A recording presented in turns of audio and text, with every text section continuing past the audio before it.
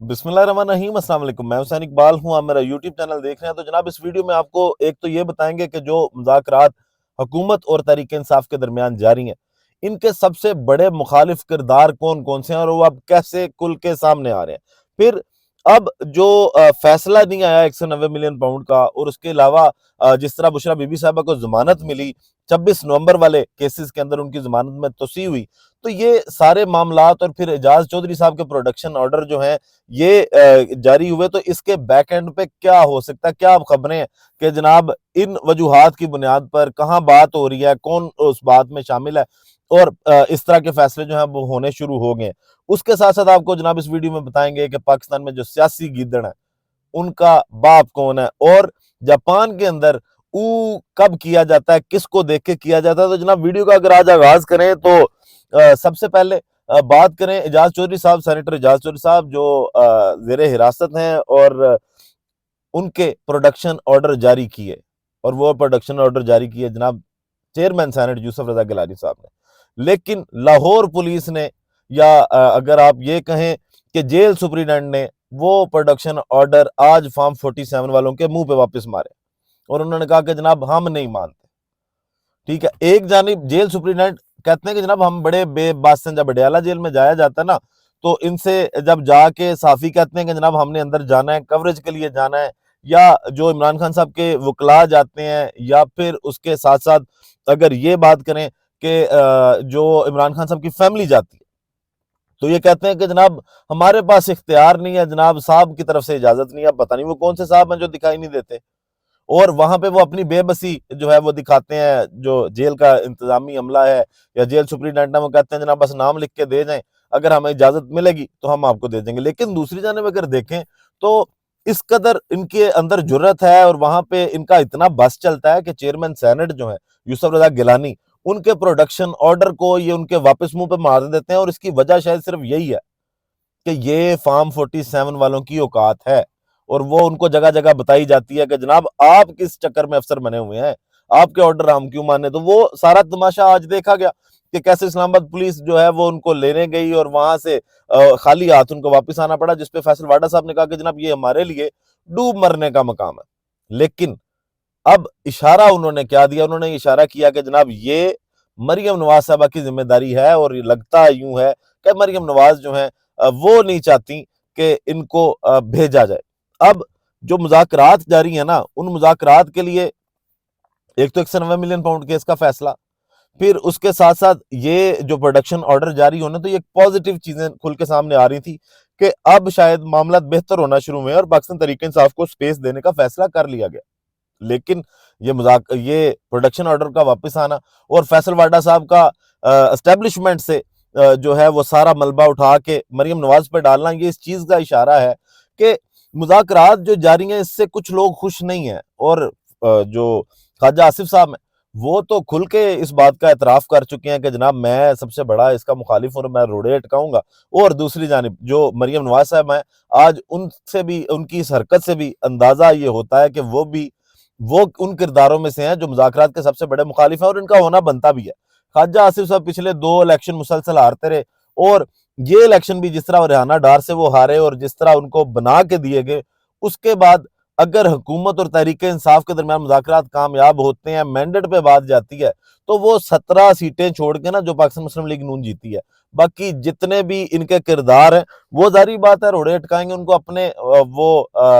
اپنی سیٹ جاتی دکھائی دے گی، ان کو پتہ لگے گا کہ جناب اگر الیکشن پہ بات ہوگی تو سب سے پہلے ہم ایکسپوز ہوں گے، اور مریم نواز صاحبہ بھی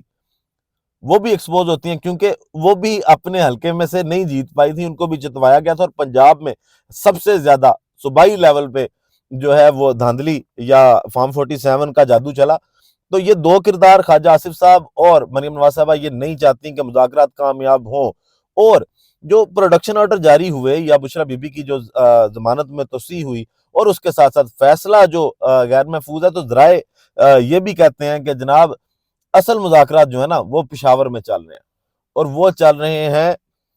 علی مین گنڈاپور صاحب، اسٹیبلشمنٹ اور بشریٰ بی بی کے درمیان۔ وہاں پہ معاملات کو سیٹ کیا جا رہا ہے، جس کی وجہ سے اس طرح کے فیصلے آ رہے ہیں، اور اس کا اشارہ خواجہ آصف صاحب نے بھی آج دیا ہے۔ انہوں نے یہ کہا کہ علی مین گنڈا پور صاحب کی کوئی آفیشیل طور پہ کچھ رابطے ہیں، لیکن اس کو زیادہ بڑھا چڑھا کے پیش کیا جا رہا ہے، لیکن اس سے اشارہ یہ ضرور ملتا ہے کہ وہ کہیں نہ کہیں رابطے پہ ہیں اور معاملات وہاں سے بھی آگے چل رہے ہیں۔ تو یہ چیزیں مریم نواز صاحبہ کو تو کسی صورت اچھی دکھائی نہیں دیتی کہ جناب ان کے معاملات حل ہوں، یا یہ جو ہے وہ اسٹیبلشمنٹ کے ساتھ پاکستان تحریک انصاف کے معاملات ٹھیک ہوں۔ تو خواجہ آصف صاحب اور مریم نواز صاحبہ کی پوری کوشش ہے کہ جناب یہ مذاکرات کامیاب نہ ہوں، اور پاکستان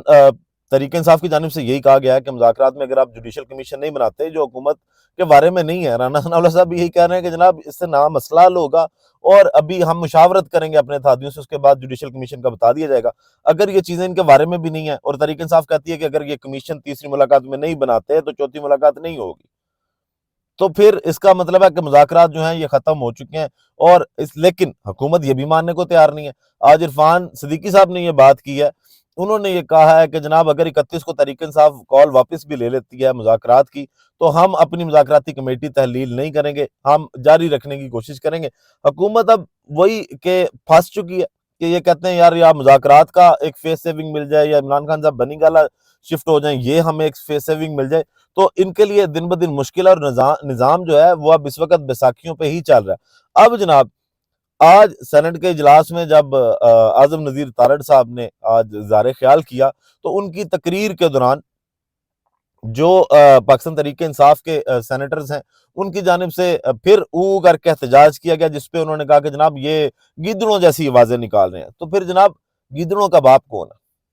جس نے یہ طریقہ کار بتایا پاکستانیوں کو کہ جناب وہ تو بڑا تعمیری احتجاج کرتے ہیں جاپان والے، اور میں وہاں سے گزر رہا تھا تو اس طرح کی آوازیں آ رہی تھی کہ کر کے لوگ اپنا احتجاج ریکارڈ کر رہے تھے۔ آج اگر وہ یہ احتجاج ریکارڈ کر رہے ہیں، آپ ان کو گیدڑ کہہ رہے ہیں، تو گیدڑوں کا باپ پھر شہباز شریف صاحب کو آپ تسلیم کریں کہ انہوں نے اس کام پہ سب کو لگایا۔ اور پھر جاپان کے بارے میں یہ کہا جاتا ہے کہ جناب جب وہاں پہ چوروں کو دیکھا جاتا ہے نا، کسی چور کو دیکھا جاتا ہے، تو پھر کی آواز لگائی جاتی ہے۔ تو اگر انہوں نے اس طرح کی آواز لگائی ہے تو یہ کتنی غلط بات نہیں ہے، کیونکہ آپ تو عوام کے ووٹ پہ چوری کر کے بیٹھے ہیں، ڈاکہ ڈال کے بیٹھے ہوئے ہیں، تو آپ کو دیکھ کے تو پاکستان کی عوام بھی اب اسی طرح کی آوازیں نکالے گی۔ پھر جناب اس کے ساتھ ساتھ آگے چلے اور بات کریں حسن اقبال صاحب کی۔ آج انہوں نے بھی تقریر کی، گلا ان کا بیٹھ چکا تھا، اور وہ جو عمران خان صاحب نے 2014 میں نواز شریف صاحب سے رسیدیں مانگنے کی بات کی، اور 2016 میں نواز شریف صاحب کو گھر جانا پڑا، اس کی چیخیں آج بھی سینٹ کے اندر سنائی دے رہی تھی۔ اور حسن اقبال صاحب ایک بے بنیاد سا جو اگر آپ کہہ لیں پروپیگنڈا کرنے کی کوشش کر رہے تھے، اور باتیں یہ کر رہے تھے کہ جناب آپ سے رسیدیں نہیں مانگی ہیں تو آپ کی رسیدیں جھوٹی نکلیں گے۔ جناب